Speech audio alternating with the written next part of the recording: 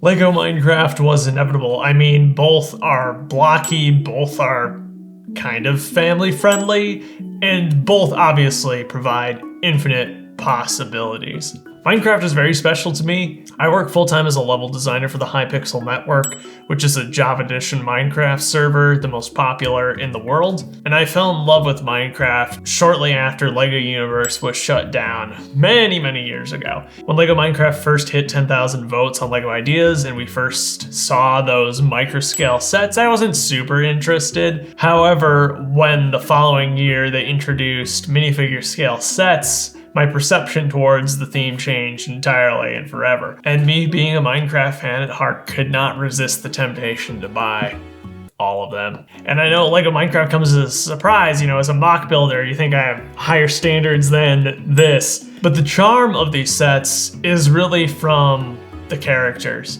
LEGO quickly realized that the appeal of their sets too came from the figures, and we began to see a tremendous amount of variety within the figures they were producing. Different colored sheep, different horses, and different cats, you name it. The minifigure scale version of the theme has now been going on for 8 years, and we've got a lot of mobs to show for it. And as I was collecting all these, I realized I wanted a proper place to show them. And that's where the idea for a LEGO Minecraft display came along. And so I pooled a ton of my resources, a ton of my dark bluish gray brick together to create this 64 by 64 Minecraft layout. And it was awesome. It was also massive and ridiculous to move and took up way too much space. And so it became time to downsize the thing. How is it gonna take all the features that this model presented in 64 by 64 studs and compress that into something hopefully half the size or even smaller? If there's one thing I've learned from building both in LEGO and in Minecraft, it's that building in Minecraft is far easier. You see, you don't have to break your fingernails prying apart cubic blocks in Minecraft like you would have to do in LEGO. You have an infinite number of materials at your disposal in Minecraft. LEGO is rather finite and rather costly. I went to Minecraft and built it there first. One of my favorite things from the 64 by 64 version of my Minecraft layout was the fact that it could open up and become larger and reveal a whole ton of hidden details on the inside, and that was something I definitely wanted to incorporate into a smaller version of the model. An interesting solution that I came up with was to create more of an S-like opening, like this, giving you 3 separate sections that can be collapsed together to fit in a quite small space, 48 by 32 studs, or expanded out like this to be 96 by 16 studs. Quite a significant difference. Now, a 2 by 2 stud area is the equivalent of 1 block in Minecraft. So 16 by 32 studs became 8 by 16 blocks in Minecraft. So I set about making 3 of these 16 by 8 block sections. There was a few things I wanted to take into account when building this model to be displayed in multiple ways. There was going to be this folded up version, so I didn't want a huge mountain in the front that blocked the entire view of the back. I still wanted you to get some idea of what was going on in this space, even if this is it's a much more crowded model than it is when it's unfolded. You can still see what's happening. The mountains are in the back and there's more open space in the front. That was very important.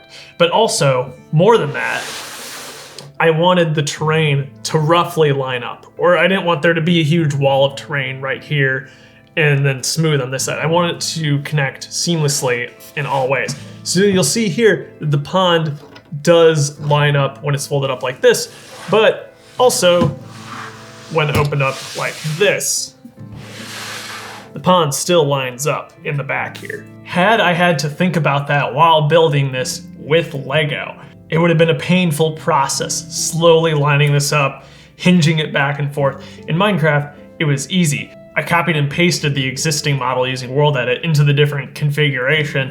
If it didn't line up, I would change 1 or 2 blocks. It was the best move I made in the entire building process. Next, I needed to think about the mobs that I wanted to highlight in this. I wanted to get as many in as absolutely possible. So I needed to represent a number of biomes and locations to make that realistic. I wanted to have some pre-Village and Pillage update Minecraft houses. So this is inspired heavily by, I believe, 2 different versions of a village house that you can find in the actual game. So this structure exists, as well as the well. And both of these were featured in the original 64x64 model. The addition of structures like these, while not only being so recognizably a Minecraft feature, also broke up some of the monotonous terrain. You know, I didn't want this thing to be a whole grassy plain just scattered with animals. It makes sense for the villagers to be in the village. In addition to that, there's player-built structures, the pens for all the different animals. We got cows, chickens, sheep, and pigs all within pens,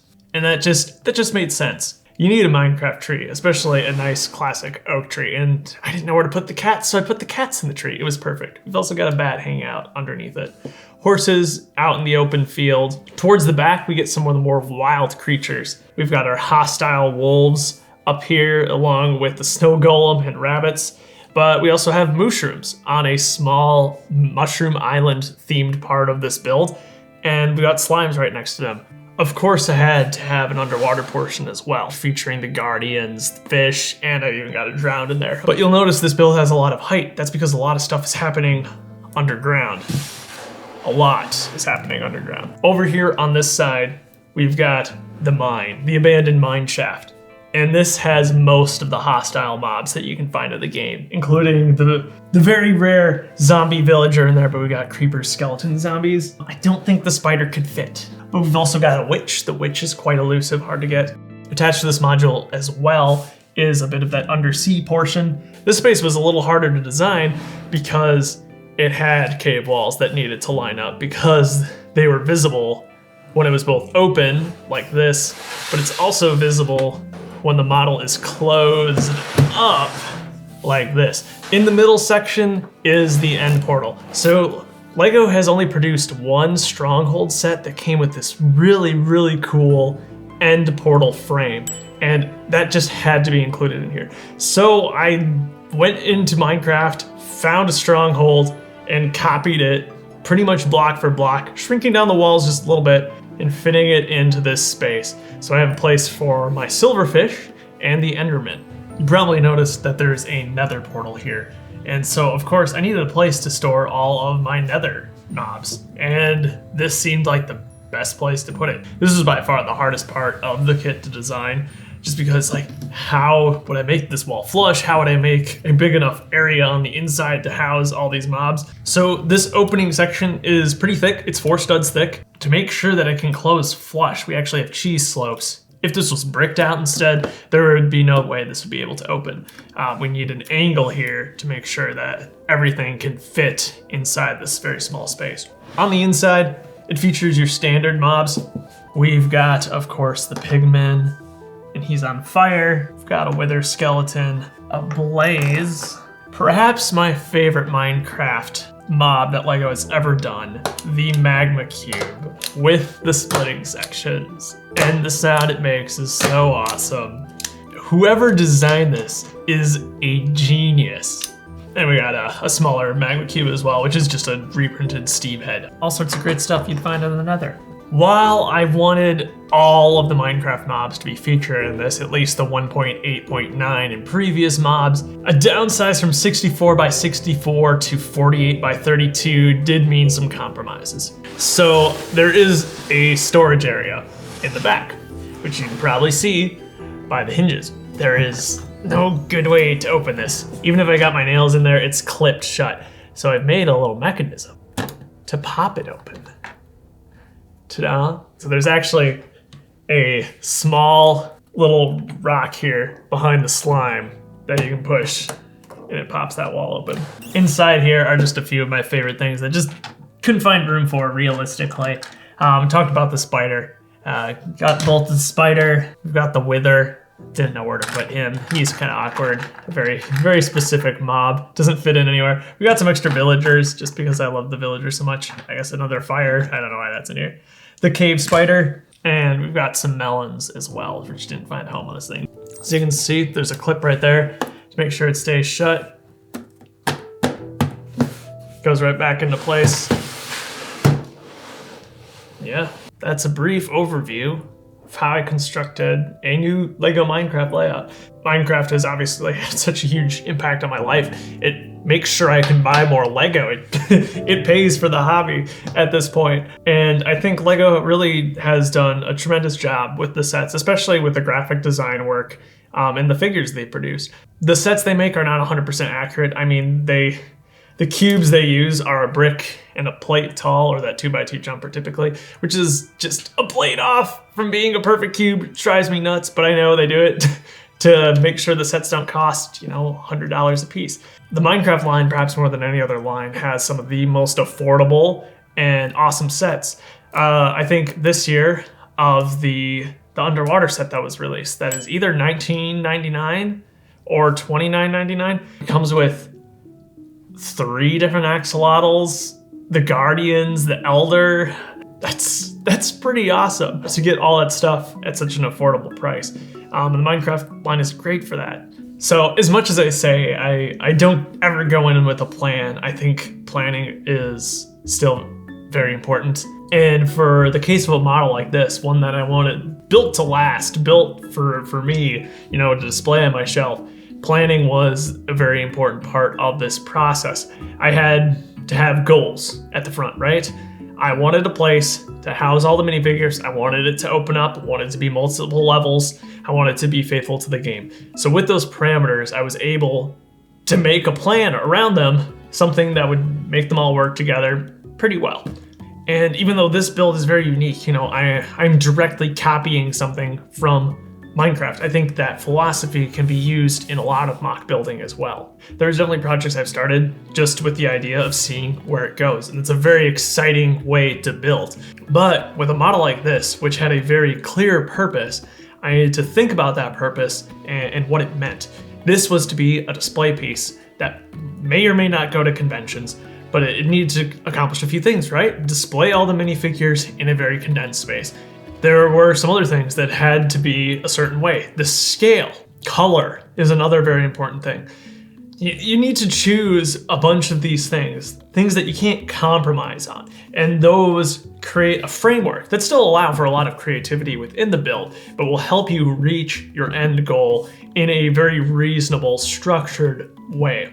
I think having those guidelines, scale, color, purpose, help you realize a build in the least frustrating way possible. If you stick to those values, those ideals that you have for a model, you're less likely to run into builder's block. When working with a 3-dimensional medium like Lego, it helps to have some 3D way to render an idea. And Minecraft actually has helped me not only with this display, but with other Lego builds as well. It's a little known fact that Jacob and I actually built out some of the hourglass during filming of the season 2 finale of Lego Masters because it gave us a clear goal to shoot for. Drawing is totally on the table. I can't draw well enough, at least not well enough fast, to make it a practical option for me. Building it out in 3D space really helps me visualize a project better, and that's why I utilize Minecraft, because it's so easy, it's so accessible, and I feel like a lot of people actually could benefit from that as a Lego building resource. That's my peculiar bit of advice for the day, but I really hope you enjoyed taking a closer look at this model. It was certainly a fun one to put together, and certainly the most well planned out model I've ever had. I intend to keep this around for a while, maybe add some more things to it in the future, maybe do an update video, we'll see. I'm happy with the state it's at now, but man, I do wonder what I could do with another 32x16 module. So we'll see. Thank you so much for watching, and I will see you next time.